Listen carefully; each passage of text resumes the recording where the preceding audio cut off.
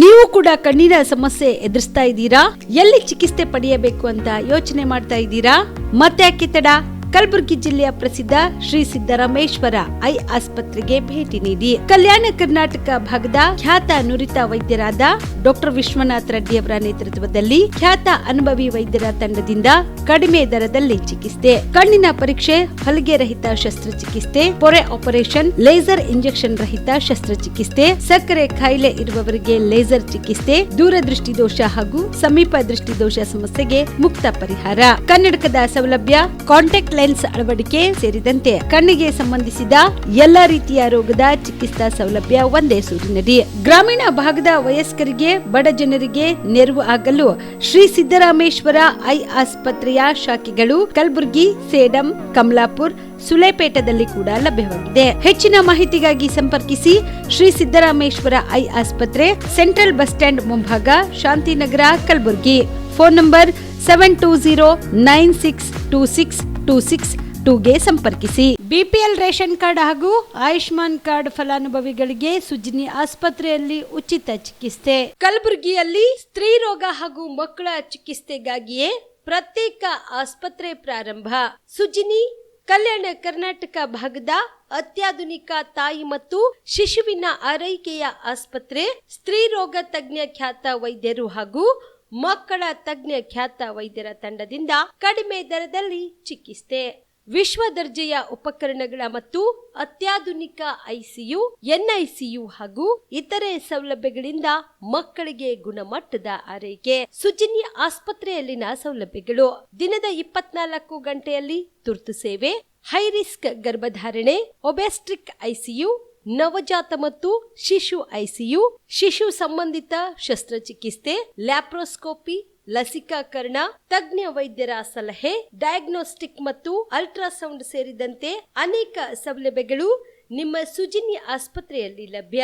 ಹೆಚ್ಚಿನ ಮಾಹಿತಿಗಾಗಿ ಸಂಪರ್ಕಿಸಿ ಸುಜಿನಿ ಆಸ್ಪತ್ರೆ, ಬಿಗ್ ಬಜಾರ್ ಎದುರುಗಡೆಗೆ, ಕಲಬುರಗಿ. ದೂರವಾಣಿ ಸಂಖ್ಯೆ 08472727227 ಅಥವಾ ಮೊಬೈಲ್ ನಂಬರ್ 9900427814.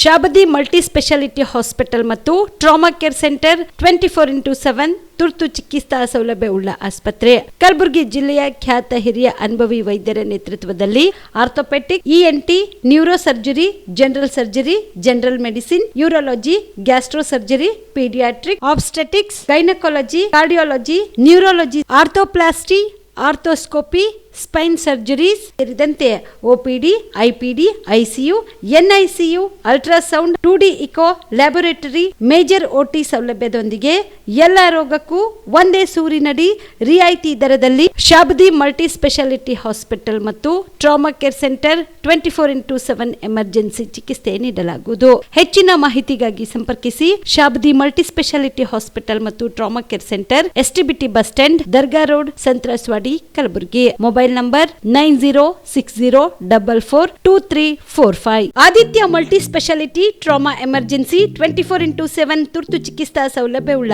ಆಸ್ಪತ್ರೆ. ತಜ್ಞ ಅನುಭವಿ ವೈದ್ಯರ ತಂಡದಿಂದ ಆದಿತ್ಯ ಮಲ್ಟಿ ಸ್ಪೆಷಾಲಿಟಿ ಆಸ್ಪತ್ರೆಯಲ್ಲಿ ರಿಯಾಯಿತಿ ದರದಲ್ಲಿ ಚಿಕಿತ್ಸೆ. ಕಲಬುರಗಿ ಮೂಲದ ಡಾಕ್ಟರ್ ಆದಿತ್ಯ ಖಾಜಾ ಅವರು MBBS, MS ortho, MI, PD, ED, FR, CS, TR and ortho, FR, CSED ಪದವಿ ಮುಗಿಸಿದ ಕಲ್ಯಾಣ ಕರ್ನಾಟಕ ಭಾಗದ ಮೊದಲ ಆರ್ಥೋಪೆಟಿಕ್ ವೈದ್ಯರು. ಡಾಕ್ಟರ್ ಆದಿತ್ಯ ಖಾಜಾ ಅವರು Hyderabad, Mumbai, south Korea, England ವಿವಿಧ ದೇಶಗಳಲ್ಲಿ ಸೇವೆ ಸಲ್ಲಿಸಿದ ಅನುಭವಿ ತಜ್ಞ ವೈದ್ಯರಾಗಿದ್ದು, ಇವರ ನೇತೃತ್ವದ ತಜ್ಞ ವೈದ್ಯರ ತಂಡದಿಂದ ಇವಾಗ ಕಲಬುರಗಿಯ ಆದಿತ್ಯ ಮಲ್ಟಿ ಸ್ಪೆಷಾಲಿಟಿ ಆಸ್ಪತ್ರೆಯಲ್ಲಿ ರಿಯಾಯಿತಿ ದರದಲ್ಲಿ ಗುಣಮಟ್ಟದ ಚಿಕಿತ್ಸೆ, high tech digital x ray, Belgium imported machine, arthroscopy and laparoscopy, 4K with 3 chip camera, first in Kalyana Karnataka, American imported machine, trauma drills and saw, American imported robotic shoulder surgery arm, German imported ಸೇರಿದಂತೆ ಇನ್ನು high tech ತಂತ್ರಜ್ಞಾನದಿಂದ ರಿಯಾಯಿತಿ ದರದಲ್ಲಿ ಚಿಕಿತ್ಸೆ. ಅನುಭವಿ ವೈದ್ಯರ ತಂಡದೊಂದಿಗೆ orthopaedic, obstetrics, gynaecology, neuro surgery, general surgery, general medicine, urology, gastro surgery, paediatrics, neurology ಸೇರಿದಂತೆ OPD, IPD, ICU, ultrasound, 2D echo, laboratory, major OT ಸೌಲಭ್ಯದೊಂದಿಗೆ ಎಲ್ಲಾ ರೋಗಕ್ಕೂ ಒಂದೇ ಸೂರಿನಡಿ ರಿಯಾಯಿತಿ ದರದಲ್ಲಿ ಆದಿತ್ಯ ಮಲ್ಟಿ ಸ್ಪೆಷಾಲಿಟಿ ಆಸ್ಪತ್ರೆಯಲ್ಲಿ 24x7 ಎಮರ್ಜೆನ್ಸಿ ಚಿಕಿತ್ಸೆ ನೀಡಲಾಗುತ್ತದೆ. ಹೆಚ್ಚಿನ ಮಾಹಿತಿಗಾಗಿ ಸಂಪರ್ಕಿಸಿ ಆದಿತ್ಯ ಮಲ್ಟಿ ಸ್ಪೆಷಾಲಿಟಿ ಆಸ್ಪತ್ರೆ, ಜಿಲ್ಲಾ ವಿಜ್ಞಾನ ಕೇಂದ್ರದ ಸಮೀಪ, ಕಲಬುರಗಿ. ಮೊಬೈಲ್ ನಂಬರ್ 9663300268 ಗೆ ಸಂಪರ್ಕಿಸಿ. ಕಲಬುರಗಿಯ ಮಣ್ಣೂರು ಮಲ್ಟಿ ಸ್ಪೆಷಾಲಿಟಿ ಆಸ್ಪತ್ರೆ ಕಲ್ಯಾಣ ಕರ್ನಾಟಕ ಭಾಗದ ಪ್ರಸಿದ್ಧ ಆಸ್ಪತ್ರೆಗಳಲ್ಲಿ ಒಂದಾಗಿದೆ. ಡಾಕ್ಟರ್ ಫಾರೂಕ್ ಮಣ್ಣೂರು ಸಾರಥ್ಯದಲ್ಲಿ ಅತ್ಯಂತ ಅನುಭವಿ ವೈದ್ಯರಿಂದ ಉತ್ತಮ ಚಿಕಿತ್ಸೆ ನೀಡಲಾಗುತ್ತಿದೆ. ಮಣ್ಣೂರು ಮಲ್ಟಿ ಸ್ಪೆಷಾಲಿಟಿ ಆಸ್ಪತ್ರೆಯಲ್ಲಿ ಸಿಗುವ ಚಿಕಿತ್ಸೆಗಳು: general surgery, laparoscopy surgery, neuro surgery, orthopaedic surgery, plastic surgery, gastro surgery, aqua surgery, gynaecology surgery, general medicine, paediatric, neuro surgery, cardiology, haematology, endocrinology, ENT ಮತ್ತು ophthal, general physician, gynaecology, paediatric, family medicine, urology, nephrology, radiology, dialysis, advance ICU ಮತ್ತು advance OT setup, ಅತ್ಯಾಧುನಿಕ ಸೌಲಭ್ಯವುಳ್ಳ ಕ್ಯಾಸುಲಿಟಿ, ದಿನದ 24 ಗಂಟೆ emergency trauma centre. ಹೆಚ್ಚಿನ ಮಾಹಿತಿಗಾಗಿ ಸಂಪರ್ಕಿಸಿ ಬಾರಾ hills circle, ring ರಸ್ತೆ, Kalaburagi. Phone number 9538786108. Kamareddy ortho ಮತ್ತು ಟ್ರಾಮಾ ಕೇರ್ ಆಸ್ಪತ್ರೆ, ಕಲಬುರಗಿ. ಡಾಕ್ಟರ್ SB ಕಾಮರೆಡ್ಡಿ ಹಾಗೂ ಡಾಕ್ಟರ್ ಪ್ರತಿಮಾ S ಕಾಮರೆಡ್ಡಿ ಸಾರಥ್ಯದಲ್ಲಿ ಕಳೆದ 11 ವರ್ಷಗಳಿಂದ ಸಾವಿರಾರು ರೋಗಿಗಳಿಗೆ ದಿನದ 24 ಗಂಟೆ ತುರ್ತು ಸೇವೆ ನೀಡಿದ ಶ್ರೇಯಸ್ಸು. ಆರ್ಥೋ ಚಿಕಿತ್ಸೆಗೆ ನುರಿತ ವೈದ್ಯರ ತಂಡ, neuro surgery, joint replacement surgery, interventional pain clinic, plastic surgery, facial maxillo surgery, ದಿನದ 24 ಗಂಟೆ ಲ್ಯಾಬ್ ಸೌಲಭ್ಯ, ದಿನದ 24 ಗಂಟೆ ಮೆಡಿಕಲ್ ಸೌಲಭ್ಯ, ಡಿಜಿಟಲ್ ಎಕ್ಸ್ರೇ, ದಿನದ 24 ಗಂಟೆ ಬ್ಲಡ್ ಬ್ಯಾಂಕ್ ಸರ್ವಿಸ್, ದಿನದ 24 ಗಂಟೆ ಆಂಬ್ಯುಲೆನ್ಸ್ ಸೌಲಭ್ಯ. ಹೆಚ್ಚಿನ ಮಾಹಿತಿಗಾಗಿ ಸಂಪರ್ಕಿಸಿ ಸರ್ಕಾರಿ ITI ಕಾಲೇಜು ಮುಂಭಾಗ, ಕಾಮರೆಡ್ಡಿ ಆರ್ಥೋ ಮತ್ತು ಟ್ರಾಮಾ ಕೇರ್ ಆಸ್ಪತ್ರೆ, ಕಲಬುರಗಿ. Phone number 08472256163. ನಮಸ್ಕಾರ ವೀಕ್ಷಕರೇ, ಆನ್ ಸ್ಪಾಟ್ ನ್ಯೂಸ್ಗೆ ಸ್ವಾಗತ. ನಾನು ಸಂಗೀತ. ಉರ್ದು ಮರಾಠಿ ಶಿಕ್ಷಕರ ನೇಮಕಾತಿಗೆ ಮುಂದಾಗಿದ್ದ ರಾಜ್ಯ ಸರ್ಕಾರ ಹಿಂದಿ ಭಾಷೆ ಶಿಕ್ಷಕರಿಗೆ ಅನ್ಯಾಯ ಮಾಡುತ್ತಿದೆ. ಅವರ ನೇಮಕಾತಿಗಾಗಿ ಆಗ್ರಹಿಸಿ ಸೆಪ್ಟೆಂಬರ್ 1ರಂದು ಕರವೇ ನಿಯೋಗ ಶಿಕ್ಷಣ ಸಚಿವರಾದ ಮಧು ಬಂಗಾರಪ್ಪನವರನ್ನು ಭೇಟಿ ಮಾಡಿ ಹಿಂದಿ ಶಿಕ್ಷಕರಿಗೆ ಆಗುತ್ತಿರುವ ಅನ್ಯಾಯದ ಬಗ್ಗೆ ಮನವಿ ಮಾಡಿ ಉರ್ದು ಮರಾಠಿ ಶಿಕ್ಷಕರ ನೇಮಕಾತಿಯಂತೆ ಹಿಂದಿ ಶಿಕ್ಷಕರ ನೇಮಕಾತಿಗೆ ರಾಜ್ಯ ಸರ್ಕಾರ ಮುಂದಾಗಬೇಕು ಎಂದು ಮನವಿ ಸಲ್ಲಿಸಲಾಗುವುದು ಎಂದು ಮಂಜುನಾಥ್ ನಾಲ್ವರ್ಕರ್ ಹೇಳಿದರು. ಕಲಬುರಗಿಯ ಪತ್ರಿಕಾ ಭವನದಲ್ಲಿ ಕರೆದ ಸುದ್ದಿಗೋಷ್ಠಿಯನ್ನು ಉದ್ದೇಶಿಸಿ ಮಾತನಾಡಿದ ಅವರು, ಕಲ್ಯಾಣ ಕರ್ನಾಟಕ ಭಾಗದಲ್ಲಿ ಅತಿ ಹೆಚ್ಚು ಹಿಂದಿ ಭಾಷೆಯಲ್ಲಿ ಮಾತನಾಡುತ್ತಿರುವವರ ಸಂಖ್ಯೆ ತುಂಬಾ ಹೆಚ್ಚಿದೆ. ಬೀದರ್, ಕಲಬುರಗಿ, ಯಾದಗಿರಿ, ರಾಯಚೂರು, ಕೊಪ್ಪಳ, ಬಳ್ಳಾರಿ ಈ ಜಿಲ್ಲೆಗಳಲ್ಲಿ ಹಿಂದಿ ಭಾಷೆಯಲ್ಲಿ ಮಾತನಾಡುವವರ ಸಂಖ್ಯೆ ಹೆಚ್ಚಾಗಿದೆ. ಹೀಗಾಗಿ ಹಿಂದಿ ಶಿಕ್ಷಕರ ನೇಮಕಾತಿ ಈ ಭಾಗದಲ್ಲಿ ತುಂಬಾ ಅವಶ್ಯಕತೆ ಇದೆ. ಕರ್ನಾಟಕ ರಾಜ್ಯದಲ್ಲಿ ಶಿಕ್ಷಣ ಇಲಾಖೆ 1ರಿಂದ 10ನೇ ತರಗತಿಯವರೆಗೆ ಕನ್ನಡ, ಆಂಗ್ಲ, ಗಣಿತ, ಸಮಾಜ ವಿಜ್ಞಾನ ಸೇರಿದಂತೆ ಹಿಂದಿ ಭಾಷಾ ಬೋಧನೆಗಾಗಿ ಹಿಂದಿ ಶಿಕ್ಷಕರ ನೇಮಕಾತಿ ತುಂಬಾ ಅತ್ಯವಶ್ಯಕ ಆಗಿದೆ. ಸೆಪ್ಟೆಂಬರ್ 1ರಂದು ಕರವೇ ನಿಯೋಗ ಶಿಕ್ಷಣ ಸಚಿವ ಮಧು ಬಂಗಾರಪ್ಪನವರನ್ನ ಭೇಟಿ ಮಾಡಿ ಹಿಂದಿ ಶಿಕ್ಷಕರಿಗೆ ಆಗುತ್ತಿರುವ ಅನ್ಯಾಯದ ಬಗ್ಗೆ ಮನವಿ ಮಾಡಿ ಉರ್ದು ಮರಾಠಿ ಶಿಕ್ಷಕರ ನೇಮಕಾತಿಯಂತೆ ಹಿಂದಿ ಶಿಕ್ಷಕರ ನೇಮಕಾತಿಗೆ ರಾಜ್ಯ ಸರ್ಕಾರ ಮುಂದಾಗಬೇಕು ಎಂದು ಮನವಿ ಮಾಡಲಾಗುವುದು ಎಂದರು. ನಾವು ಖಂಡಿಸ್ತೇವೆ. ಇವತ್ತು ಉರ್ದು ಮತ್ತು ಮರಾಠಿ ಶಿಕ್ಷಕರ ನೇಮಕಾತಿಗೆ ರಾಜ್ಯ ಸರ್ಕಾರ ಮೊನ್ನೆ ತಾನೇ ಉರ್ದು ಶಿಕ್ಷಕರು ಎಲ್ಲರ ನಿಯೋಗ ಶಿಕ್ಷಣ ಸಚಿವರಂತ ಮಧು ಬಂಗಾರಪ್ಪರನ್ನ ಭೇಟಿ ಮಾಡಿದಂಥ ಸಂದರ್ಭದಲ್ಲಿ ಕೂಡಲೇ ಉರ್ದು ಶಿಕ್ಷಕರ ನೇಮಕಾತಿಗೆ ನಾವು ಬದ್ಧ ಇದ್ದೇವೆ, ಅದನ್ನು ನಾವು ಕಾಲ್ ಫಾರ್ ಮಾಡ್ತೇವೆ ಅಂತೇಳಿ ಈಗಾಗಲೇ ಹೇಳಿದ್ದಾರೆ. ಅದೇ ರೀತಿಯಾಗಿ ಮರಾಠಿ ಶಿಕ್ಷಕರು ಕೂಡ ಅವರು ಕಾಲ್ ಫಾರ್ ಮಾಡ್ತಾ ಇದ್ದಾರೆ. ಆದರೆ ಹಿಂದಿ ಶಿಕ್ಷಕರ ನೇಮಕಾತಿಯಲ್ಲಿ ಇವತ್ತು TET ಆಗಿರ್ಬೋದು, BEd ಆಗಿರ್ಬೋದು, MA ಪದವಿಯನ್ನು ಪಡೆದಂಥ ಸುಮಾರು ರಾಜ್ಯದಲ್ಲಿ 50,000 ಜನ ಇವತ್ತು ಹಿಂದಿ ಪದವಿಯನ್ನು ಪಡ್ಕೊಂಡು ಶಿಕ್ಷಣವನ್ನು ಪಡೆದು ಇವತ್ತು ಗ್ರಾಮೀಣ ಪ್ರತಿಭೆಗಳು ಇವತ್ತು ಗ್ರಾಮೀಣ ಮಟ್ಟದಲ್ಲಿ ಇವತ್ತು ಬಡ ಕುಟುಂಬದಲ್ಲಿ ಹುಟ್ಟಂಥ ಅನೇಕರು ಇವತ್ತು ಹಿಂದಿಯನ್ನು ಕಲಿತು ಇವತ್ತು ಆ ಭಾಷೆಯನ್ನು ಕಲಿತು ಇವತ್ತು ಗೆಸ್ಟ್ ಲೆಕ್ಚರ್ ಆಗಿ ಅವರ ಹೊಟ್ಟೆಪಾಡಿಗಾಗಿ ಶಾಲೆಗಳಲ್ಲಿ ಇವತ್ತು ಅವರು ಕನಿಷ್ಠ ವೇತನವನ್ನು ಪಡೆದು ಅವರ ಕುಟುಂಬವನ್ನು ಸಾಗಿಸ್ತಾ ಬಂದಿದ್ದಾರೆ. ಆದರೆ ರಾಜ್ಯ ಸರ್ಕಾರ ಇಂದು ಕರೀತದೆ, ನಾಳೆ ಕರೀತದೆ, ಇವತ್ತು ಹಿಂದಿ ಶಿಕ್ಷಕರ ನೇಮಕಾತಿ ಮಾಡಿಕೊಡ್ತಾರೆ ಅನ್ನುವಂಥ ಏನು ಕಾಯ್ತಾ ಇರುವಂಥ ಶಿಕ್ಷಕರಿಗೆ ಇವತ್ತು ಅನ್ಯಾಯವಾಗಿದೆ. ಹಾಗಾಗಿ ತಾವು ಎಲ್ಲರಿಗೂ ಸಮನಾಗಿ ನೋಡಬೇಕು ಅನ್ನೋಂಥ ಒಂದು ಮನವಿಯನ್ನು ಇವತ್ತು ಕರ್ನಾಟಕ ರಕ್ಷಣಾ ವೇದಿಕೆ ತಮ್ಮ ಮುಂದೆ ಇಡ್ತಾ ಇದೆ. ಅದರ ಜೊತೆ ಇವತ್ತು ಕಲ್ಯಾಣ ಕರ್ನಾಟಕದಲ್ಲಿ ಇವತ್ತು ಬೀದರ್ ಆಗಿರ್ಬೋದು, ಕಲಬುರಗಿ ಆಗಿರ್ಬೋದು, ರಾಯಚೂರು ಆಗಿರ್ಬೋದು, ಈ ಭಾಗದಲ್ಲಿ ಅತಿ ಹೆಚ್ಚು ಹಿಂದಿ ಮಾತಾಡುವಂಥ ಜನರು ಕೂಡ ಇದ್ದಾರೆ. ಹಾಗಾಗಿ ಇಲ್ಲಿ ಹಿಂದಿ ಪ್ರಭಾವ ಜಾಸ್ತಿ ಇದೆ. ಹಾಗಾಗಿ ಉರ್ದು ಹಿಂದಿ ಪ್ರಭಾವ ಜಾಸ್ತಿ ಇರೋದರಿಂದ ಕಲ್ಯಾಣ ಕರ್ನಾಟಕ ಭಾಗದಲ್ಲೂ ಕೂಡ ಇವತ್ತು ಕನ್ನಡ ಮತ್ತು ಆಂಗ್ಲ, ಗಣಿತ, ವಿಜ್ಞಾನ, ಸಮಾಜ, ಹಿಂದಿ 6 ಭಾಷೆಗಳನ್ನು ಇವತ್ತು 1ನೇ ತರಗತಿಯಿಂದ ನಾವು 10ನೇ ತರಗತಿಯೊಳಗೆ 6 ಭಾಷೆಗಳನ್ನು ನಾವು ಕಲಿಕೆಯಲ್ಲಿ ನಾವು ಕಾಣ್ತಾ ಇದ್ದೇವೆ. ಆದರೆ ಹಿಂದಿ ಶಿಕ್ಷಕರ ನೇಮಕಾತಿ ಇಲ್ಲದೆ ಆ ಶಿಕ್ಷಣವನ್ನು, ಬೋಧನೆಯನ್ನು ಯಾರು ಮಾಡ್ತಾ ಇದ್ದಾರೆ, ಹೇಗೆ ಮಾಡ್ತಾ ಇದ್ದಾರೆ ಅನ್ನುವಂಥ ಒಂದು ಪ್ರಶ್ನೆ ಇದೆ. ಹಾಗಾಗಿ ಇವತ್ತು ಯಾವ ರೀತಿ ರಾಜ್ಯ ಸರ್ಕಾರ ಉರ್ದು ಮತ್ತು ಮರಾಠಿ ಶಿಕ್ಷಕರ ನೇಮಕಾತಿಗೆ ಮುಂದಾಗಿದ್ದಾರೆ, ಹಾಗಾಗಿ ಹಿಂದಿ ಶಿಕ್ಷಕರ ನೇಮಕಾತಿಗೂ ಕೂಡ ಮುಂದಾಗಬೇಕು, ಎಲ್ರಿಗೂ ಸಮನಾಗಿ ನೋಡಬೇಕನ್ನುವಂಥ ಮನವಿಯನ್ನು ಇವತ್ತು ಕರ್ನಾಟಕ ರಕ್ಷಣಾ ವೇದಿಕೆ ಮಾಧ್ಯಮ ಮೂಲಕವಾಗಿ ಪ್ರಶ್ನಿಸ್ತಾ ಇದೆ. ಇದ್ರ ಜೊತೆಯಲ್ಲಿ ಇವತ್ತು ಸೆಪ್ಟೆಂಬರ್ 1ರಂದು ಕರ್ನಾಟಕ ರಕ್ಷಣಾ ವೇದಿಕೆಯ ಕಲಬುರಗಿ ಜಿಲ್ಲಾ ಘಟಕ ನಿಯೋಗ ಮತ್ತು ಎಲ್ಲ ಶಿಕ್ಷಕರು ನಾವು ಬೆಂಗಳೂರಿಗೆ ತೆರಳಿ ಮಧು ಬಂಗಾರಪ್ಪರನ್ನ ಭೇಟಿ ಮಾಡಿ ಎಲ್ಲ ವಿಷಯಗಳನ್ನು, ಇವರಿಗೆ ಆಗ್ತಾ ಇರುವಂಥ 12 ವರ್ಷಗಳಿಂದ ಆಗ್ತಾ ಇರುವಂಥ ಅನ್ಯಾಯವನ್ನು ವಿವರವಾಗಿ ಅವರಿಗೆ ಒಂದು ಮನವಿಯನ್ನು ಸಲ್ಲಿಸಿ ಅದು ಮನವರಿಕೆ ಮಾಡಿ ತಾವು ಯಾವ ರೀತಿ ಉರ್ದು ಭಾಷೆಗೆ ಏನು ಬದ್ದಿದ್ದೀರಿ ಶಿಕ್ಷಕರ ನೇಮಕಾತಿಗೆ, ಮರಾಠಿ ಭಾಷೆ ಶಿಕ್ಷಕರಿಗೇನು ಬದ್ದಿದ್ದೀರಿ, ಅದೇ ರೀತಿಯಾಗಿ ಹಿಂದಿ ಶಿಕ್ಷಕರ ನೇಮಕಾತಿಗೆ ತಾವು ಬದ್ದಿರಬೇಕನ್ನುವಂಥ ನಿಯೋಗವನ್ನು ಅವರನ್ನು ಭೇಟಿ ಮಾಡಿ ಒಂದು ಮನವಿಯನ್ನು ಸಲ್ಲಿಸ್ತೇವೆ. ಭೀಮಾ ನದಿಯಿಂದ ಅಫ್ಜಲ್ಪುರ ಹಾಗೂ ಆಳಂದ ತಾಲೂಕಿನ ಕೆರೆಗಳು ಹಾಗೂ ಅಮರ್ಜಾ ಅಣೆಕಟ್ಟಿಗೆ ನೀರು ತುಂಬಿಸುವ ಏತ ನೀರಾವರಿ ಯೋಜನೆ ಕಾಮಗಾರಿ ವಿಳಂಬ ಹಾಗೂ ಅಲ್ಲಿ ಅಳವಡಿಸಿರುವ ಪೈಪ್ಲೈನ್ ದುರಸ್ತಿ ಕಾಮಗಾರಿ ಪೂರ್ಣಗೊಳಿಸಬೇಕು.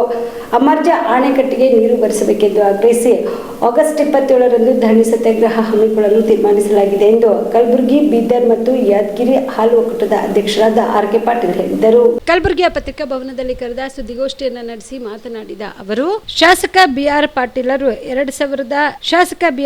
ಅವರು 2013ರಿಂದ 2015ರವರೆಗೆ ಶಾಸಕರಾಗಿದ್ದ ಸಂದರ್ಭದಲ್ಲಿ 2014-15ನೇ ಸಾಲಿನಲ್ಲಿ ಆಳಂದ ತಾಲೂಕಿನಲ್ಲಿ ತೀವ್ರ ಬರಗಾಲದ ಪರಿಸ್ಥಿತಿ ನಿರ್ಮಾಣವಾಗಿ ಜನ ಜಾನುವಾರುಗಳಿಗೆ ಕುಡಿಯುವ ನೀರಿನ ತೀವ್ರತೆ ಉಂಟಾದ ಪ್ರಯುಕ್ತ ಸಮಸ್ಯೆಗೆ ಶಾಶ್ವತ ಪರಿಹಾರ ಕಲ್ಪಿಸುವ ಉದ್ದೇಶದಿಂದ ಪಕ್ಕದ ಅಫ್ಜಲ್ಪುರ ತಾಲೂಕಿನ ಭೀಮಾ ನದಿಯಿಂದ ಅಮರ್ಜಾ ಅಣೆಕಟ್ಟಿಗೆ ನೀರು ತುಂಬಿಸುವ ಯೋಜನೆಗೆ ಅಂದಿನ ಮುಖ್ಯಮಂತ್ರಿಗಳಾದ ಸಿದ್ದರಾಮಯ್ಯ ಅವರ ಗಮನಕ್ಕೆ ತಂದು 318 ಕೋಟಿ ರೂಪಾಯಿ ಮೊತ್ತದ ವಿಸ್ತೃತ ಯೋಜನಾ ವರದಿಗೆ ಅನುಮೋದನೆ ಪಡೆಯಲಾಗಿತ್ತು. ಅದರಂತೆ 2018ರ ಫೆಬ್ರವರಿ ತಿಂಗಳಲ್ಲಿ ಟೆಂಡರ್ ಪ್ರಕ್ರಿಯೆಯನ್ನು ಪೂರ್ಣಗೊಳಿಸಿ ಕಾಮಗಾರಿಗೆ ಭೂಮಿ ಪೂಜೆಯನ್ನು ನೆರವೇರಿಸಲಾಗಿತ್ತು. ನಂತರ 2019ರ ಮಾರ್ಚ್ ತಿಂಗಳಲ್ಲಿ ಅಧಿಕೃತವಾಗಿ ಕಾಮಗಾರಿ ಪ್ರಾರಂಭಗೊಂಡು ಗುತ್ತಿಗೆ ಕರಾರು ಒಪ್ಪಂದದ ಅನ್ವಯ 18 ತಿಂಗಳ ಅವಧಿಯಲ್ಲಿ ಅಂದರೆ ದಿನಾಂಕ 7/9/2020ರ ಒಳಗಾಗಿ ಕಾಮಗಾರಿಯನ್ನ ಪೂರ್ಣಗೊಳಿಸುವಂತೆ ಸದರಿ ಗುತ್ತಿಗೆದಾರರಿಗೆ ಸೂಚಿಸಲಾಗಿತ್ತು ಎಂದು ತಿಳಿಸಿದರು. ಸೆಪ್ಟೆಂಬರ್ 2019ರಲ್ಲಿ ಅಳವಡಿಸಲಾಗಿದ್ದ ಸನ್ಮಾನ್ಯ ಶ್ರೀ ಬಿ.ಆರ್. ಪಾಟೀಲ್ ಅವರು 2013ರಿಂದ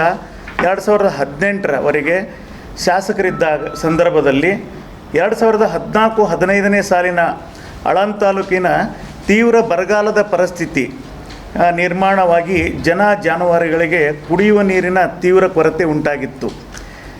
ಆ ಸಂದರ್ಭದಲ್ಲಿ ಸದರಿ ಸಮಸ್ಯೆಯ ಶಾಶ್ವತ ಪರಿಹಾರ ಹುಡುಕಲು ಪಕ್ಕದ ಅಫ್ಜಲ್ಪುರ ತಾಲೂಕಿನ ಭೀಮಾ ನದಿಯಿಂದ ಅಮರ್ಜಾ ಅಣೆಕಟ್ಟೆಗೆ ನೀರು ತುಂಬಿಸುವ ಯೋಜನೆಯ ಕುರಿತು ಅಂದಿನ ಮುಖ್ಯಮಂತ್ರಿಗಳಾದ ಶ್ರೀ ಸಿದ್ದರಾಮಯ್ಯ ಅವರಿಗೆ ಗಮನ ತಂದು ಆವಾಗ 318 ಕೋಟಿ ಮೊತ್ತದ ಯೋಜನೆ ವರದಿ ಅನುಮೋದನೆ ಪಡೆಯಲಾಯಿತು.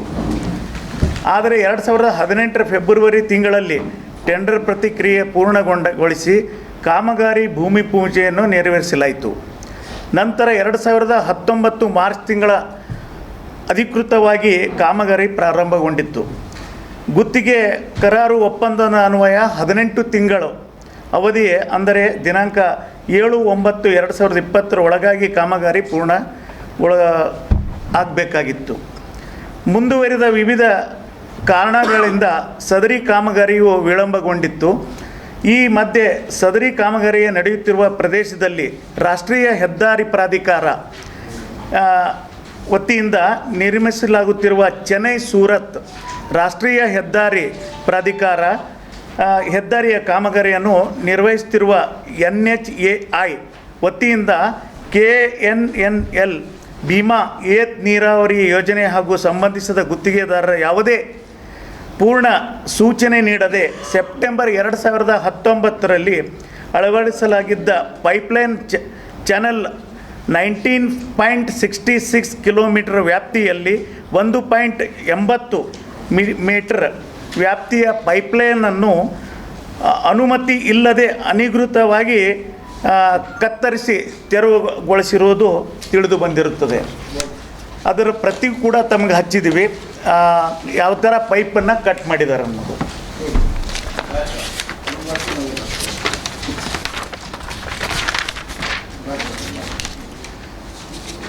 ರಾಷ್ಟ್ರೀಯ ಹೆದ್ದಾರಿ ಪ್ರಾಧಿಕಾರ ಅವರಿಗೆ ಲಿಖಿತ ದೂರು ಸಲ್ಲಿಸಿ ಅನಧಿಕೃತವಾಗಿ ಕರ್ನಾಟಕ ರಾಜ್ಯದಲ್ಲಿ ಕನಿಷ್ಠ ವೇತನ ಪರಿಷ್ಕರಣೆಯನ್ನು ಮರುಪರಿಶೀಲಿಸಲು ಸಚಿವ ಸಂಪುಟ ಉಪಸಮಿತಿ ರಚಿಸಿರುವುದನ್ನು ನಾವು ಖಂಡಿಸುತ್ತೇವೆ ಎಂದು AITUCಯ ಕಲಬುರಗಿ ಜಿಲ್ಲಾ ಸಮಿತಿಯ ಪ್ರಧಾನ ಕಾರ್ಯದರ್ಶಿ ಪ್ರಭುದೇವ್ ಏಳ್ಸಂಗಿ ಹೇಳಿದರು.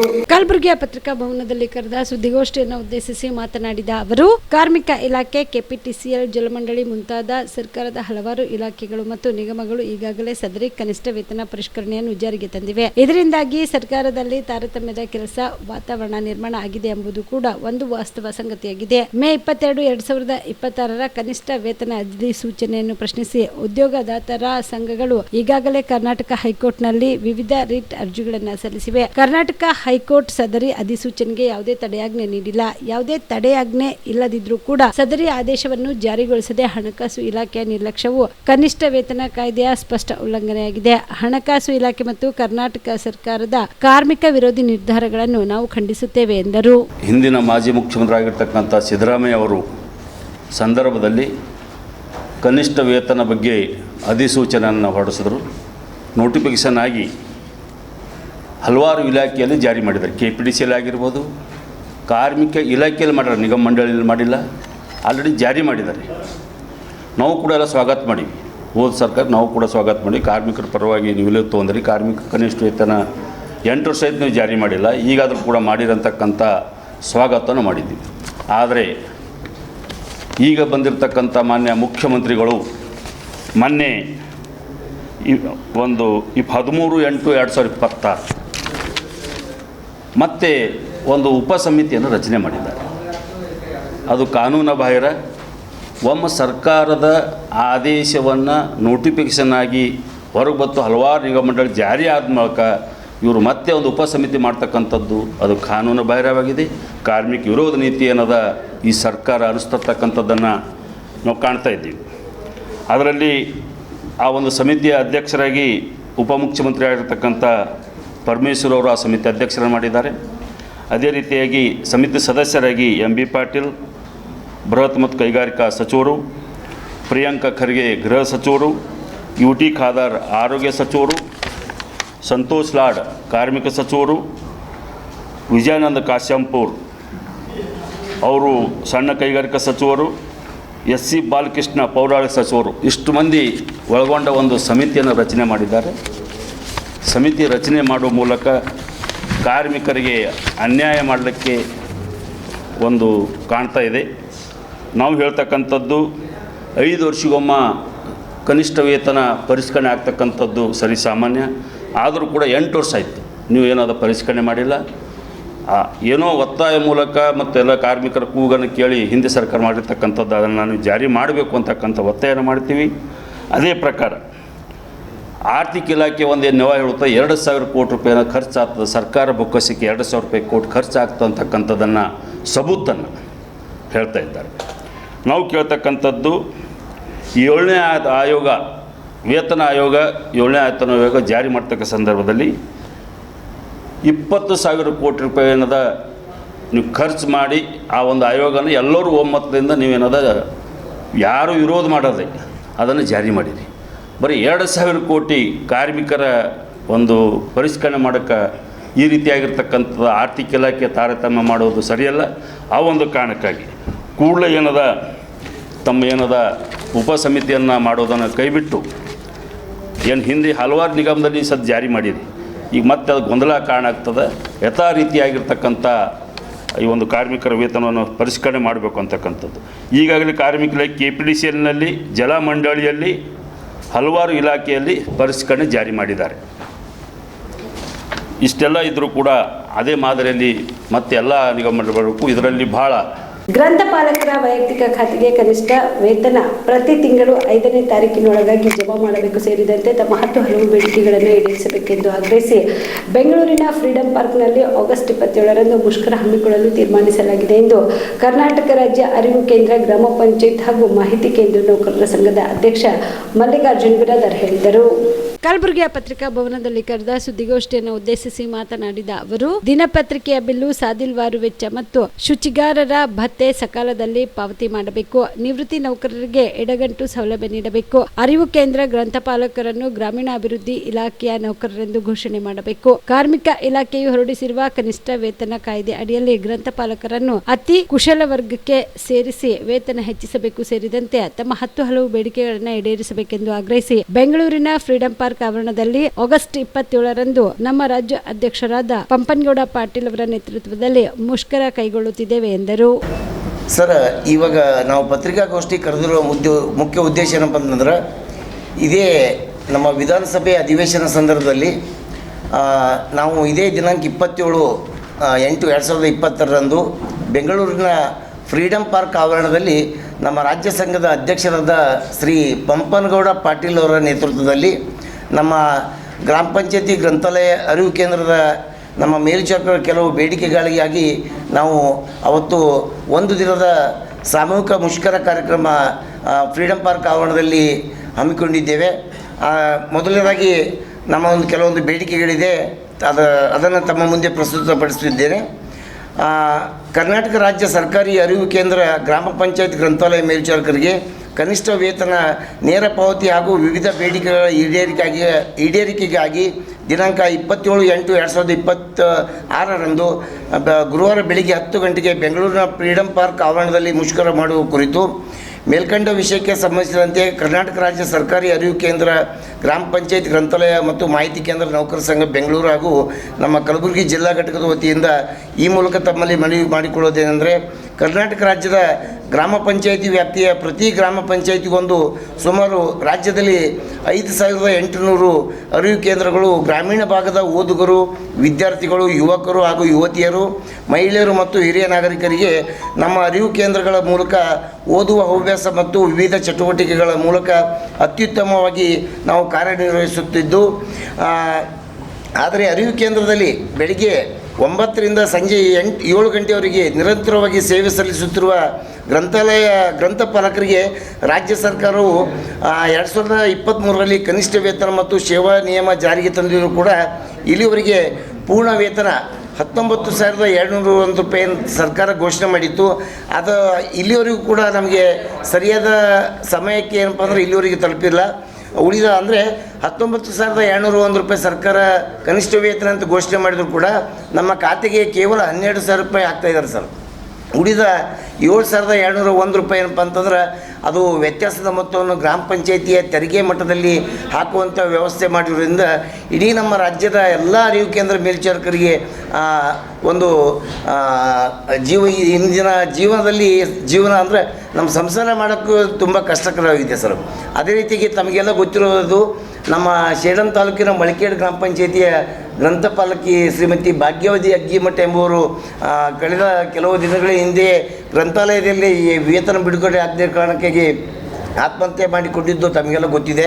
ಅದೇ ರೀತಿಯಾಗಿ ಬೆಂಗಳೂರು ಗ್ರಾಮಾಂತರ ಜಿಲ್ಲೆಯ ನೆಲಮಂಗಲ ತಾಲೂಕಿನ ಕೊಳಲುಗೊಟ್ಟ ಎಂಬ ಗ್ರಾಮದಲ್ಲಿಯೂ ಕೂಡ ಅವರು ಶ್ರೀ ರಾಮಚಂದ್ರ ಎಂಬ ಗ್ರಂಥಪಾಲಕರು ಕೂಡ ವೇತನ ಸರಿಯಾದ ಸಮಯಕ್ಕೆ ಆಗದಿರೋ ಜೀವನ ನಿರ್ವಹಣೆ ಕಷ್ಟ ಆಗ್ತಿರೋದ್ರಿಂದ ಪಾಪ ಅವರೊಬ್ಬರು ಆತ್ಮಹತ್ಯೆ ಮಾಡಿಕೊಂಡಿರ್ತಾರೆ ಸರ್.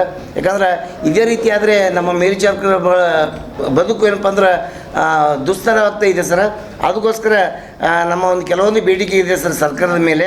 ಅದೇನಪ್ಪ ಅಂತಂದ್ರೆ ಗ್ರಂಥಪಾಲಕರ ವೈಯಕ್ತಿಕ ಖಾತೆಗೆ ಸರ್ಕಾರ ಪಡಿಸಿರುವ ಕನಿಷ್ಠ ವೇತನ ಪ್ರತಿ ತಿಂಗಳು 5ನೇ ತಾರೀಕಿನೊಳಗೆ ಜಮಾ ಮಾಡಬೇಕು.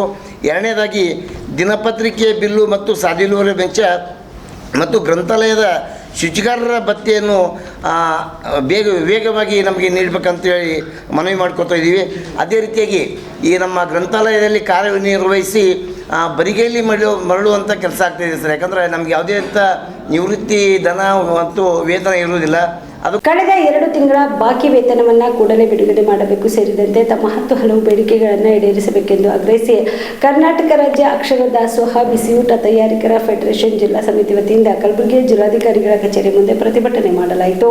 ಕಲಬುರಗಿಯ ಜಿಲ್ಲಾಧಿಕಾರಿಗಳ ಕಚೇರಿ ಮುಂದೆ ಪ್ರತಿಭಟನೆ ನಡೆಸಿದ ಪ್ರತಿಭಟನಾಕಾರರು ಶಾಲೆಗಳಲ್ಲಿ ವಿದ್ಯಾರ್ಥಿಗಳ ಸಂಖ್ಯೆ ಕಡಿಮೆ ಆದಾಗ ಬಿಸಿಯೂಟ ತಯಾರಕರನ್ನು ಅಡುಗೆ ಕೆಲಸದಿಂದ ಬಿಡುಗಡೆಗೊಳಿಸಿದೆ. ಸಮೀಪದ ಬೇರೆ ಶಾಲೆಗೆ ನಿಯೋಜನೆ ಮಾಡಬೇಕು. ಬಿಸಿಯೂಟ ತಯಾರಕರಿಗೆ ಕನಿಷ್ಠ ವೇತನ ಜಾರಿಗೆ ತರಬೇಕು. ಬಿಸಿಯೂಟ ತಯಾರಕರನ್ನು ಸ್ಕೀಮ್ ವರ್ಕರ್ಸ್ ಎನ್ನುವುದನ್ನು ಬದಲಾಯಿಸಿ ಅವರನ್ನು ಕಾರ್ಮಿಕರೆಂದು ಘೋಷಿಸಬೇಕು. ನಿವೃತ್ತ ಬಿಸಿಯೂಟ ತಯಾರಕರಿಗೆ ಪೆನ್ಷನ್ ಕೊಡದೆ ಇರುವುದರಿಂದ ಈಗ ಜಾರಿಯಾಗಿರುವ ಎಡಗಂಟು ಹಣ ರೂಪಾಯಿ 40,000 ಬದಲಾಗಿ 2 ಲಕ್ಷ ರೂಪಾಯಿಗಳನ್ನ ಕೊಡಬೇಕು. ಹೆಚ್ಚುವರಿ ಕೆಲಸ ಆಗಿ ಜಾರಿಯಾಗಿರುವ ಶಾಲೆಗಳಲ್ಲಿ ಮೊಟ್ಟೆ ಸುಲಿದ ಕೆಲಸಕ್ಕೆ ಇದುವರೆಗೂ ರಾಜ್ಯದಲ್ಲಿ 95% ಬಿಸಿಯೂಟ ತಯಾರಕರಿಗೆ ಮೊಟ್ಟೆ ಸುಲಿದ ಹಣ ಕೊಟ್ಟಿರುವುದಿಲ್ಲ. ಆದ್ದರಿಂದ ಶಾಲೆಗಳಲ್ಲಿ ಮೊಟ್ಟೆ ಸುಲಿದ ಹಣವನ್ನು ಆಯಾ ಶಾಲೆಯ ಮುಖ್ಯ ಅಡಿಗೆಯವರಿಗೆ ಬ್ಯಾಂಕ್ ಖಾತೆಗೆ ಜಮಾ ಮಾಡಬೇಕು ಸೇರಿದಂತೆ ತಮ್ಮ 10 ಹಲವು ಬೇಡಿಕೆಗಳನ್ನು ಈಡೇರಿಸಬೇಕೆಂದು ಆಗ್ರಹಿಸಿದರು.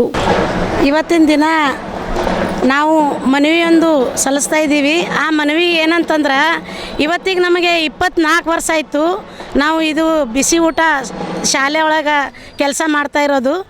ಅವಾಗಿನ ಹಿಡಿದು ಈಗಿನ ತನಕ ನಾವು 300 ರೂಪಾಯಿದಾಗ ದುಡ್ಕೋತ ಬಂದೀವಿ, 600 ರೂಪಾಯಿದಾಗ ದುಡ್ಕೋತ ಬಂದೀವಿ. ಹೀಗಾಗಿ ನಮಗೆ 4,700-600 ರೂಪಾಯಿ ಆಗಿದೆ. ಆದರೆ ಇಲ್ಲಿವರೆಗೂ ನಮಗೆ ಕನಿಷ್ಠ 10,000 ಕೊಡೋದನ್ನು ಯೋಚನೆ ಮಾಡಿಲ್ಲ ಸರ್ಕಾರ. ಈ ಅತಿ ಬಡವ್ರ ತಾಯಂದರು ಇದ್ದಾರೆ, ಈ ನಮ್ಮ ಬಿಸಿ ಊಟದಾಗ ವಿಧವೆಯವರು ಇದ್ದಾರೆ, ಭಾಳ ಬಡತನ ಇದ್ದವ್ರು ಇದ್ದಾರೆ. ಅಂಥ ತಾಯಂದರಿಗೆ 4,600-700 ರೂಪಾಯಿ ಏನಾಗಬೇಕು? ನಮ್ಮ ಕುಟುಂಬ ಹೆಂಗೆ ಸಲುಬೇಕು?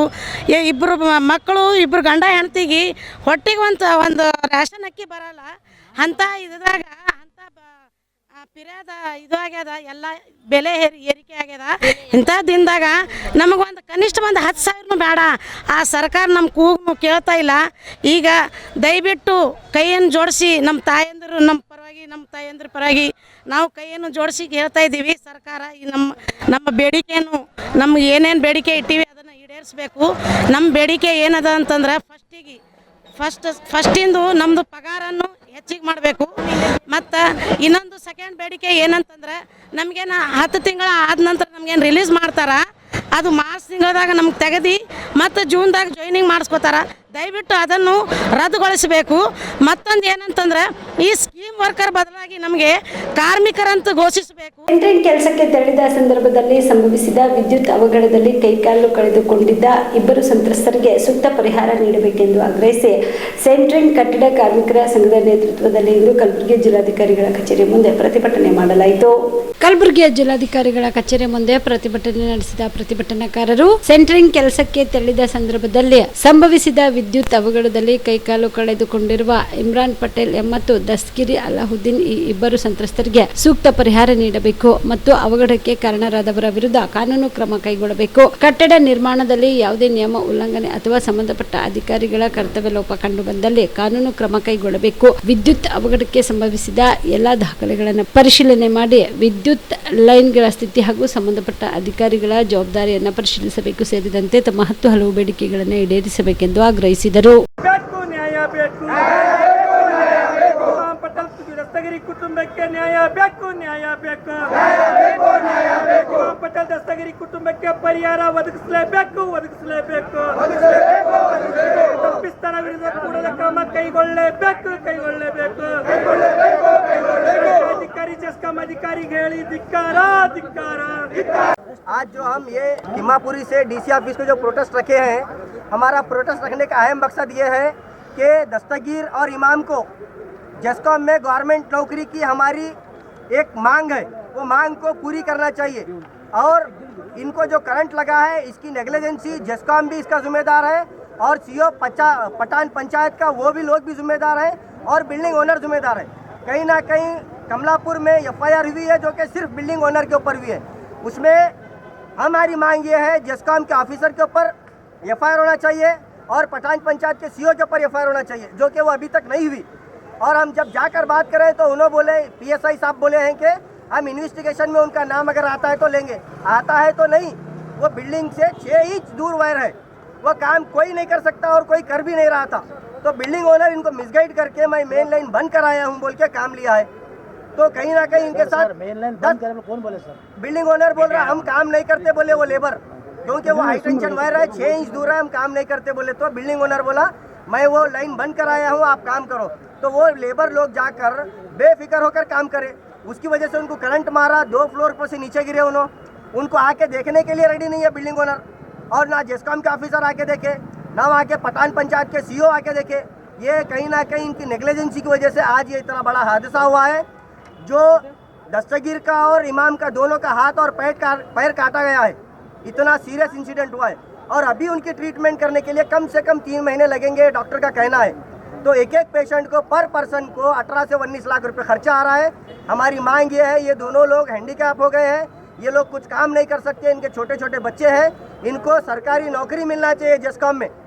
और अगर इनको परिहार नहीं मिलेगा तो आने वाले दिनों में हम बहुत बड़ा प्रोटेस्ट करेंगे। सीएम हो या होम मिनिस्टर साहब हो या डिस्ट्रिक्ट इंचार्ज मिनिस्टर साहब हो, उनको हम घेराव करेंगे अगर आने वाले दिनों में ये नहीं होगा।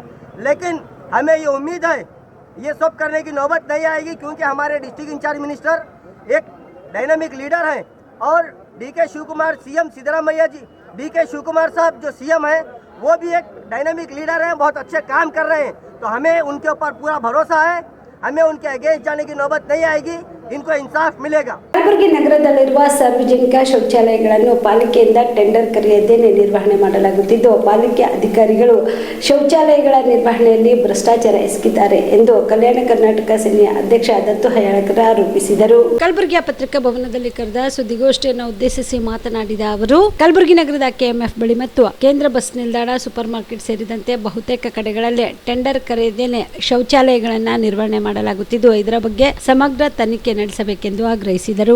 ಒಂದು ಪಬ್ಲಿಕ್ ಶೌಚಾಲಯ ಒಂದು 15-20 ವರ್ಷದಿಂದ ನಾನು ಇದನ್ನೆಲ್ಲ ಮೆನ್ಷನ್ ಮಾಡಿದ್ದೀನಿ. ಅದರೆಲ್ಲ ಅಡ್ರೆಸ್ಸು ಮತ್ತು ಯಾವ್ಯಾವ ಏರಿಯಾ, ಯಾವ್ಯಾವ ವಾರ್ಡು ಎಲ್ಲ ಕೂಡ ಇದರಲ್ಲಿ ನಾನು ನೋಟಲ್ಲಿ ಅಬ್ಸರ್ವ್ ಮಾಡಿದ್ದೀನಿ. 15-20 ವರ್ಷದಿಂದ ಯಾವಾಗೋ ಒಂದು ಟೆಂಡ್ರ್ ಕರೆದಿರೋಂಥ ವಿಷಯ. ಟೆಂಡ್ರ್ ಅಂದರೆ ಎಲ್ಲ ಪಬ್ಲಿಕ್ ಟಾಯ್ಲೆಟಿಂಗ್ ಟೆಂಡ್ರ್ ಕರೀತಾರೆ. ಯಾಕಪ್ಪ ಲೋಕಲಲ್ಲಿ ಕನ್ನಡದವ್ರು ಯಾರಾದರೂ ಕೆಲಸ ಮಾಡೋರಿದ್ದರೆ ಅವ್ರಿಗೆ ಕರಿಬೇಕಂತ ಗೌರ್ಮೆಂಟ್ ಆದೇಶ ಇದೆ. ಇವರು 20 ವರ್ಷದಿಂದ 15 ವರ್ಷದಿಂದ ಕೂಡ ಇವರು ಮಹಾನಗರ ಪಾಲಿಕೆಗೆ ದುಡ್ಡು ಯಾರು ಹೆಚ್ಚಿಗೆ ಕೊಡ್ತಾರೆ, BRದವರಾಗಿರ್ಬೋದು, EP ದವರಾಗಿರ್ಬೋದು, ಇವರಿಗೇನಪ್ಪ ಅಂದ್ರೆ ಇವರಿಗೆ ಟೆಂಡ್ರ್ ಕೊಡ್ತಾರೆ. ಟೆಂಡ್ರ್ ಹೆಂಗೆ ಕೊಡ್ತಾರಪ್ಪ ಅಂದ್ರೆ, ನಮ್ಮವರು ಕೂಡ ಇಲ್ಲಿಂದ ಕರ್ನಾಟಕದವರು, ನಾವು ಮೇತ ಸಮುದಾಯ ಆಗಿರ್ಬೋದು, ಸಭೆ ಕರ್ಮಚಾರಿಗಳು ಕೆಲವರು ಮುಸ್ಲಿಂ ಬಂದರು ಕೂಡ ಕೆಲಸ ಮಾಡ್ತಾರೆ, ಅವ್ರದ್ದು ರಿಜಿಸ್ಟ್ರ್ ಕೂಡ ಇದೆ. ಹಂಗಾಗಿ ಇವರು ಏನಾದರೂ ಒಂದು ಶೌಚಾಲಯಕ್ಕೆ ಒಂದು ಟೆಂಡ್ರ್ ಕರೀತಾರೆ. ಅವರು ಕರೆದಾಗ ಇವರು ವರ್ಷಿಗೆ ಒಂದು 20,000 ಲಕ್ಷ ಅಂತ ಇವ್ರು ಹಾಕಿರ್ತಾರೆ. ನಮ್ಮವರು ಕರ್ನಾಟಕದವರು. BRದವರು ಅದಕ್ಕೇನು ಮಾಡಿರ್ತಾರೆ, ಅವರು ಕೂಡ ಟೆಂಡ್ರ್ ಹಾಕಿರ್ತಾರೆ, ನಮಗೆ ಕೊಡ್ರಿ ನನಗೆ ಸೇರಿ. ಅವರೊಂದು 12 ಲಕ್ಷನೋ ಅಥವಾ ಒಂದು 14 ಲಕ್ಷನೋ ಒಂದು 16 ಲಕ್ಷ ಕಮ್ಮಿಗೆ ಹಾಕಿರ್ತಾರೆ. ಆವಾಗ ನಮ್ಮವರು ಮಹಾನಗರ ಪಾಲಿಕೆಯವರು ನಮ್ಮ ಸರ್ಕಾರಕ್ಕೆ ಆದಾಯ ಬರಬೇಕು. ಯಾಕಂದ್ರೆ ಈ ಆದಾಯದಿಂದ ಎಷ್ಟೋ ಜನರು ಪೇಮೆಂಟ್ ಮಾಡ್ತಾಯಿದ್ದಾರೆ.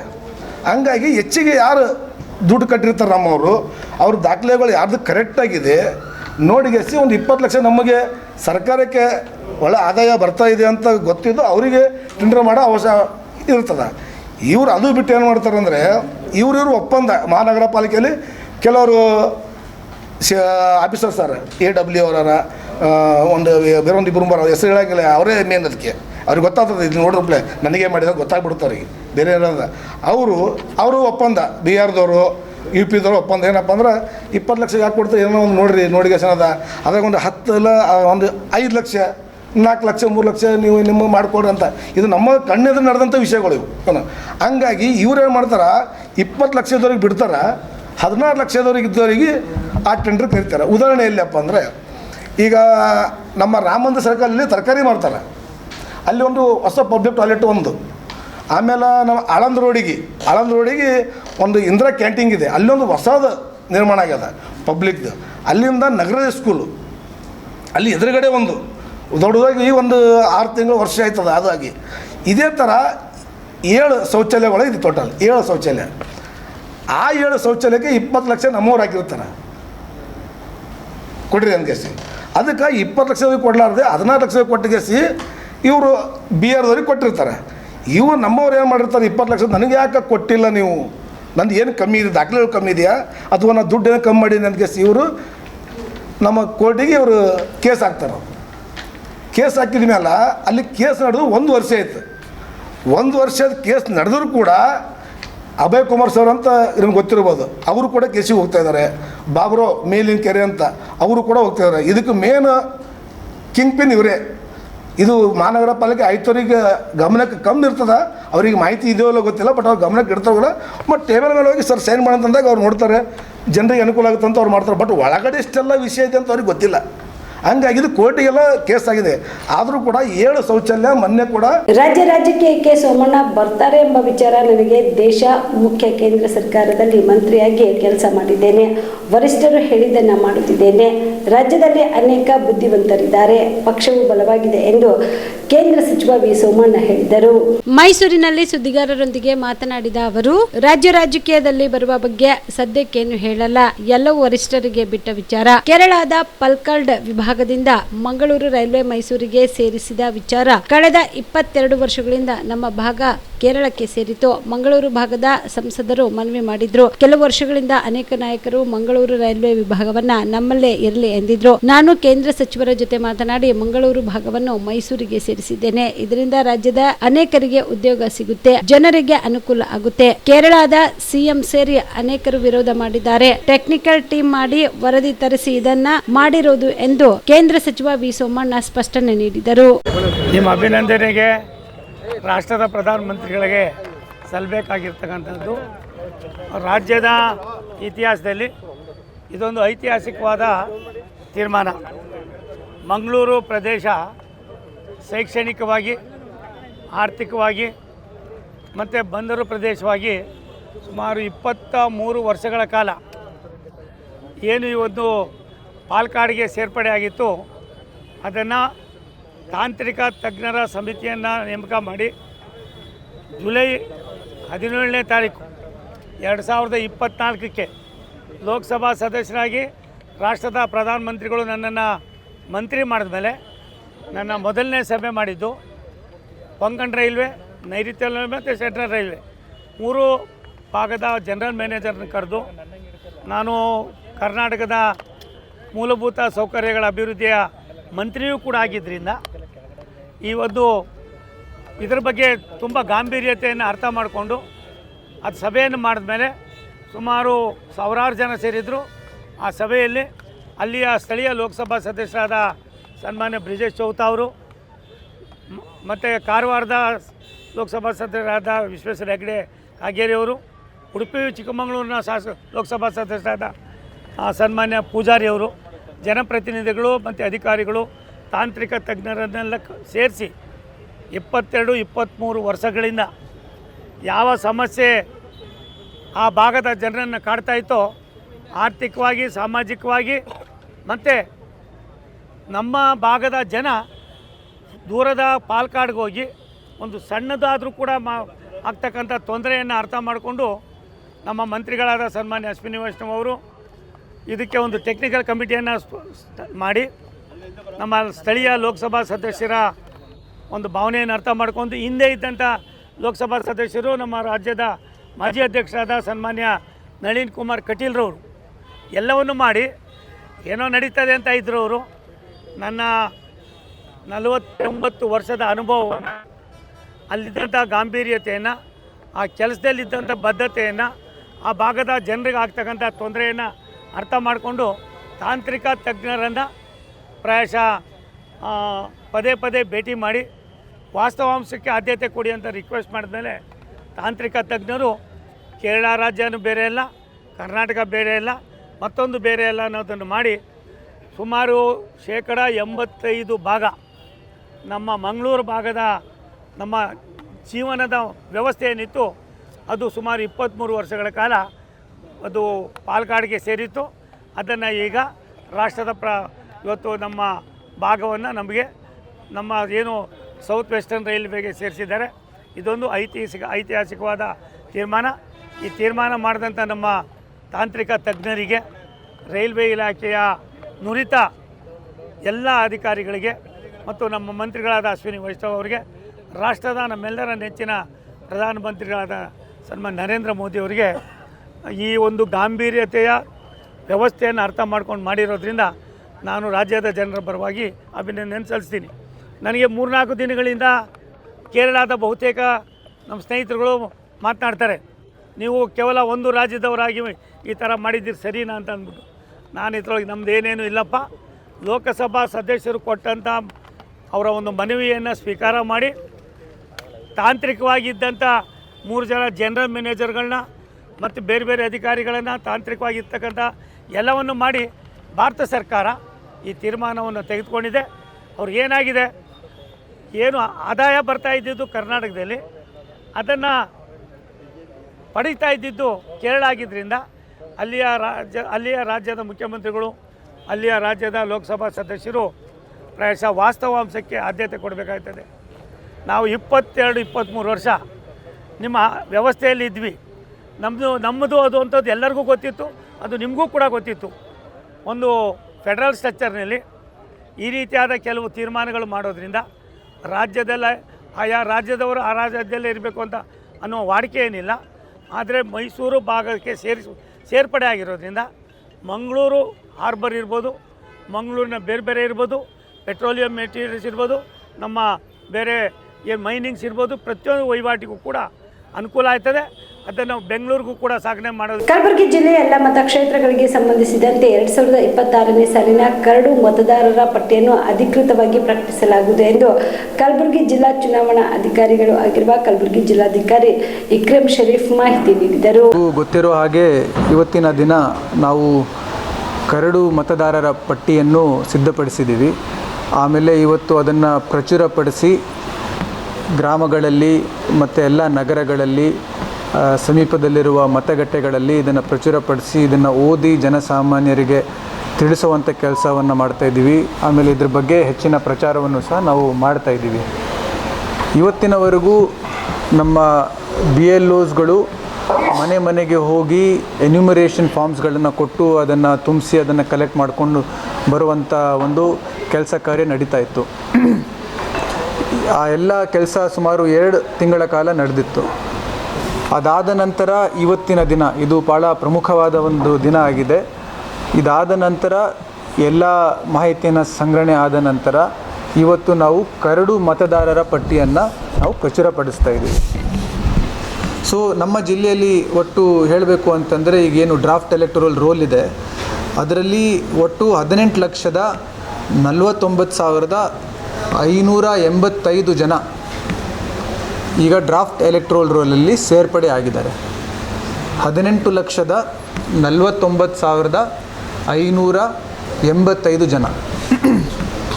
ಇದು ತಾಲೂಕವಾರು ಕಾನ್ಸ್ಟಿಟ್ಯೂನ್ಸಿವಾರು ಹೇಳಬೇಕು ಅಂತಂದರೆ ಅಫ್ಜಲ್ಪುರದಲ್ಲಿ 2,04,101 ಜನ,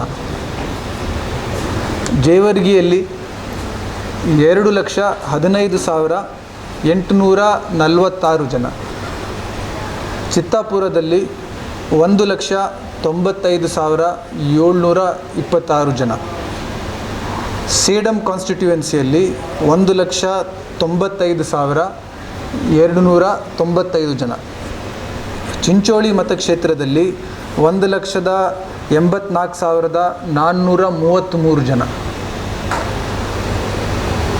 ಗ್ರಾಮೀಣ ಗುಲ್ಬರ್ಗಾದಲ್ಲಿ 2,21,513 ಜನ,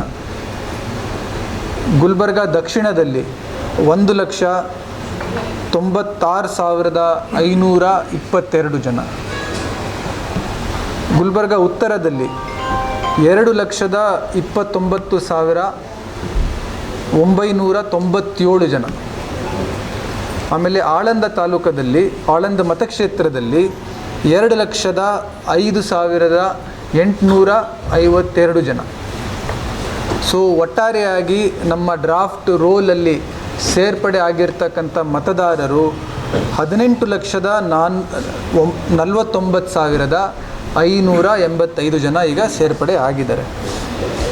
ಇದರಲ್ಲಿ ವಿಶೇಷವಾಗಿ ಯಂಗ್ ವೋಟರ್ಸ್ ಅಂತ ಏನು ಹೇಳ್ತೀವಿ, ಯಂಗ್ ವೋಟರ್ಸ್ ಅಂತ ಅಂದರೆ ಚುನಾವಣಾ ಆಯೋಗದ ಒಂದು ಡೆಫಿನೇಷನ್ ಪ್ರಕಾರ 18ರಿಂದ 19 ವಯೋಮಿತಿಯಲ್ಲಿ ಇರ್ತಕ್ಕಂಥ ಯುವಕರು ಯುವತಿಯರೇನಿದ್ದಾರೆ ಅವರಿಗೆ ಯಂಗ್ ವೋಟರ್ಸ್ ಅಂತ ಹೇಳ್ತಾರೆ. ಸೊ ನಮ್ಮಲ್ಲಿ 14,125 ಜನ ಯಂಗ್ ವೋಟರ್ಸ್ ಈಗ ಸೇರ್ಪಡೆ ಆಗಿದ್ದಾರೆ.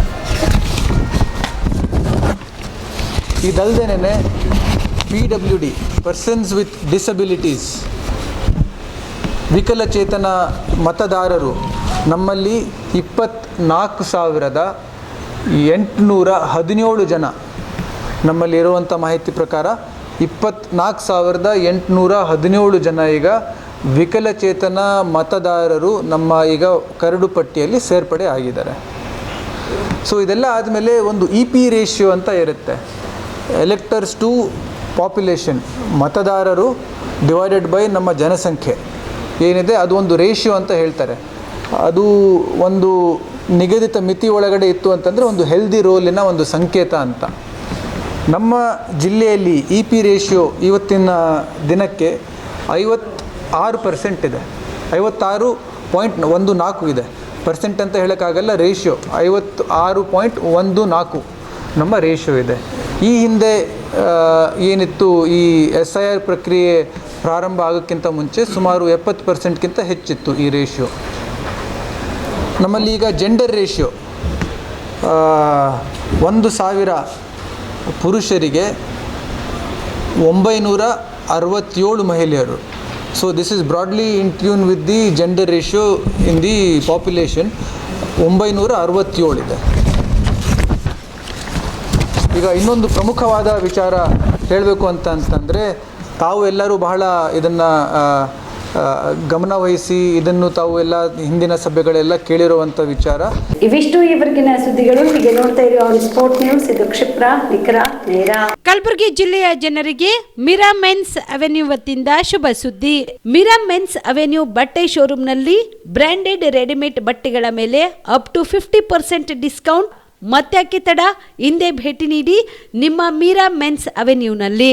ನಿಮ್ಮ ಮನೆಯಲ್ಲಿ ಮದುವೆ ಇದೆಯಾ, ಮದುಮಗ ಸೇರಿದಂತೆ ಸಂಬಂಧಿಕರಿಗೆ ಸ್ನೇಹಿತರಿಗೆ ಬಟ್ಟೆ ಖರೀದಿ ಮಾಡೋದಿದೆಯಾ? 10 ಅಂಗಡಿಗೆ ಹೋಗಿ ಬಟ್ಟೆ ಹುಡುಕುವ ಬದಲು ಎಲ್ಲಾ ರೀತಿಯ ಹಬ್ಬಗಳ, ಮದುವೆ, ಶುಭ ಸಮಾರಂಭ ಸೇರಿದಂತೆ ಎಲ್ಲಾ ರೀತಿಯ ಬಟ್ಟೆಗಳು ಇದೀಗ ಒಂದೇ ಸೂರಿನಡಿಯಲ್ಲಿ ಕಲ್ಪಿಸಿದ್ದಾರೆ. ಹಾಗಾದ್ರೆ ಚಿಂತೆ ಬಿಡಿ, ನಿಮ್ಮ ಕಲಬುರಗಿಯಲ್ಲಿ ಮೀರಾ ಮೆನ್ಸ್ ಅವೆನ್ಯೂ ಪುರುಷರ ಬಟ್ಟೆಗಳಿರುವ ಬೃಹತ್ ಶೋರೂಮ್ ಪ್ರಾರಂಭಿಸಿದ್ದಾರೆ.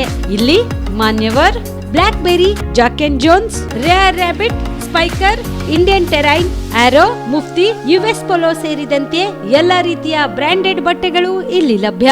ಇನ್ನೊಂದು ವಿಶೇಷ ಏನೆಂದ್ರೆ, ಮದುಮಗನಿಗೆ ಹಾಗೂ ಸಂಬಂಧಿಕರಿಗೆ ಮದುವೆಗೆ ಬೇಕಾದ ಎಲ್ಲಾ ರೀತಿಯ ಬಟ್ಟೆ, ಸೂಟ್, ಶೇರ್ವಾನಿ, ಜೋಧ್ಪುರಿ, ಬ್ಲೇಸರ್, ಪೇಟಾ, ಶೂಸ್ ಸೇರಿದಂತೆ ಎಲ್ಲಾ ರೀತಿಯ ವಸ್ತುಗಳು ಇಲ್ಲಿ ರಿಯಾಯಿತಿ ದರದಲ್ಲಿ ಲಭ್ಯ. ಮತ್ತ್ಯಾಕೆ ತಡ, ಹಿಂದೆ ಭೇಟಿ ನೀಡಿ ಕಲ್ಯಾಣ ಕರ್ನಾಟಕದ ಬೃಹತ್ ಬಟ್ಟೆ showroom Meera men's avenue, Lahoti petrol bunk ಮುಂಭಾಗ, ತಿಮ್ಮಾಪುರಿಗೆ ಹೋಗುವ ರಸ್ತೆ, ಕಲಬುರಗಿ. ಹೆಚ್ಚಿನ ಮಾಹಿತಿಗಾಗಿ ಸಂಪರ್ಕಿಸಿ 9916745499. Star care multi speciality trauma emergency 24x7 ತುರ್ತು ಚಿಕಿತ್ಸಾ ಸೌಲಭ್ಯವುಳ್ಳ ಆಸ್ಪತ್ರೆ. ಕಲಬುರಗಿ ಜಿಲ್ಲೆಯ ಖ್ಯಾತ ಅನುಭವಿ ವೈದ್ಯ ಡಾಕ್ಟರ್ ಪ್ರಶಾಂತ್ ಮಾಲಿ ಅವರ ನೇತೃತ್ವದಲ್ಲಿ ಅನುಭವಿ ವೈದ್ಯರ ತಂಡದೊಂದಿಗೆ orthopaedic, neuro surgery, general surgery, general medicine, urology, gastro surgery, paediatric, obstetric, gynaecology, cardiology, neurology ಸೇರಿದಂತೆ OPD, IPD, ICU, NICU, ultrasound, 2D echo, laboratory, major OT ಸೌಲಭ್ಯಗಳೊಂದಿಗೆ ಎಲ್ಲಾ ರೋಗಕ್ಕೂ ಒಂದೇ ಸೂರಿನಡಿ ರಿಯಾಯಿತಿ ದರದಲ್ಲಿ ಸ್ಟಾರ್ ಕೇರ್ ಆಸ್ಪತ್ರೆಯಲ್ಲಿ ದಿನದ 24 ಗಂಟೆ ಎಮರ್ಜೆನ್ಸಿ ಚಿಕಿತ್ಸೆ ನೀಡಲಾಗುವುದು. ಹೆಚ್ಚಿನ ಮಾಹಿತಿಗಾಗಿ ಸಂಪರ್ಕಿಸಿ ಸ್ಟಾರ್ ಕೇರ್ ಮಲ್ಟಿ ಸ್ಪೆಷಾಲಿಟಿ ಆಸ್ಪತ್ರೆ, ಸ್ವಾಭಿಮಾನಿ ಸ್ವದೇಶಿ ಕೇಂದ್ರದ ಮುಂಭಾಗ, ಗುಬ್ಬಿ ಕಾಲನಿ, ಕಲಬುರಗಿ. ಮೊಬೈಲ್ ನಂಬರ್ 9066906614 ಅಥವಾ 84723602 39. ಜೀವ super speciality trauma emergency 24x7 ತುರ್ತು ಚಿಕಿತ್ಸಾ ಸೌಲಭ್ಯವುಳ್ಳ ಆಸ್ಪತ್ರೆ. ತಜ್ಞ ಅನುಭವಿ ವೈದ್ಯರ ತಂಡದಿಂದ ಜೀವ ಸೂಪರ್ ಸ್ಪೆಷಾಲಿಟಿ ಆಸ್ಪತ್ರೆ ಪ್ರಾರಂಭ.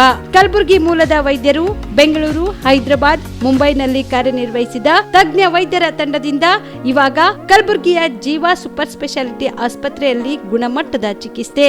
ಅನುಭವಿ ವೈದ್ಯರ ತಂಡದೊಂದಿಗೆ orthopaedic, neuro surgery, general surgery, general medicine, urology, gastro surgery, obstetrics, paediatric, gynaecology, cardiology, neurology, dermatologist ಸೇರಿದಂತೆ OPD, IPD, ICU, NICU, ultrasound, 2D echo, laboratory, major OT ಸೌಲಭ್ಯದೊಂದಿಗೆ ಎಲ್ಲಾ ರೋಗಕ್ಕೂ ಒಂದೇ ಸೂರಿನಡಿ ರಿಯಾಯಿತಿ ದರದಲ್ಲಿ ಜೀವ ಸೂಪರ್ ಸ್ಪೆಷಾಲಿಟಿ ಆಸ್ಪತ್ರೆಯಲ್ಲಿ 24x7 ಎಮರ್ಜೆನ್ಸಿ ಚಿಕಿತ್ಸೆ ನೀಡಲಾಗುವುದು. ಹೆಚ್ಚಿನ ಮಾಹಿತಿಗಾಗಿ ಸಂಪರ್ಕಿಸಿ ಜೀವ ಸೂಪರ್ ಸ್ಪೆಷಾಲಿಟಿ ಆಸ್ಪತ್ರೆ, ನ್ಯೂ ಜೇವರ್ಗಿ ರಸ್ತೆ, Santosh colony, Kalaburagi. Mobile number 9380736005ಗೆ ಸಂಪರ್ಕಿಸಿ.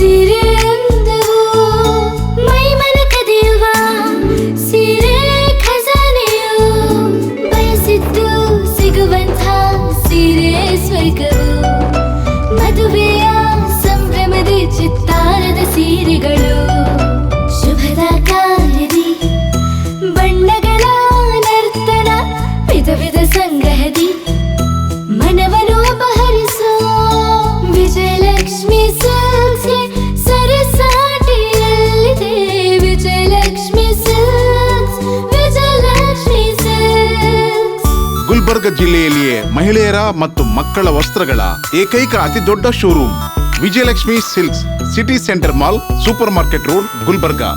ನೀವು ರಾತ್ರಿ ಹೊತ್ತು ಕುಟುಂಬದ ಸದಸ್ಯರ ಜೊತೆ ಅಥವಾ ಸ್ನೇಹಿತರ ಜೊತೆ ಎಲ್ಲಾದ್ರೂ ಊಟಕ್ಕೆ ಹೋಗ್ಬೇಕು ಅಂತ ಪ್ಲಾನ್ ಮಾಡ್ತಾ ಇದ್ದೀರಾ?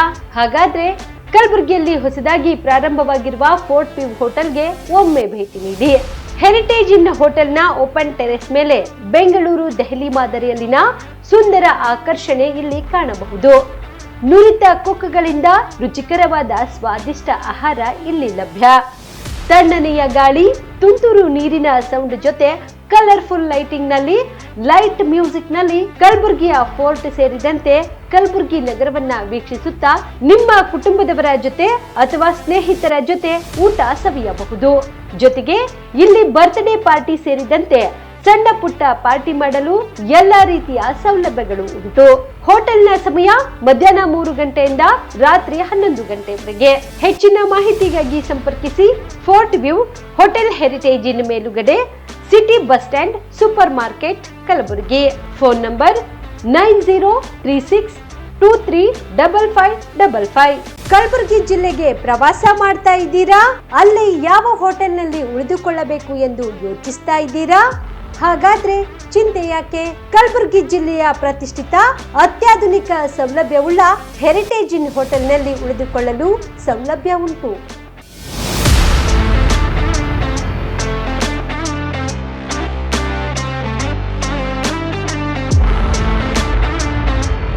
ಜೊತೆಗೆ ಇಲ್ಲಿ ಅತ್ಯಾಧುನಿಕ ಸೌಲಭ್ಯವುಳ್ಳ ಡಿಲೆಕ್ಸ್ ರೂಮ್ಗಳು ಲಭ್ಯವಿದ್ದು ದಿನದ 24 ಗಂಟೆ ವೈಫೈ ಸೌಲಭ್ಯ ಕೂಡ ನೀಡಲಾಗಿದೆ. ಎಲ್ಲಾ ತರದ ಸೌಲಭ್ಯ ಕೂಡ ನೀಡಲಾಗುತ್ತಿದೆ. ರೆಸ್ಟೋರೆಂಟ್ ಸೌಲಭ್ಯದ ಜೊತೆಗೆ ಕಾರ್ ಪಾರ್ಕಿಂಗ್ ವ್ಯವಸ್ಥೆ ಕೂಡ ಮಾಡಲಾಗಿದೆ.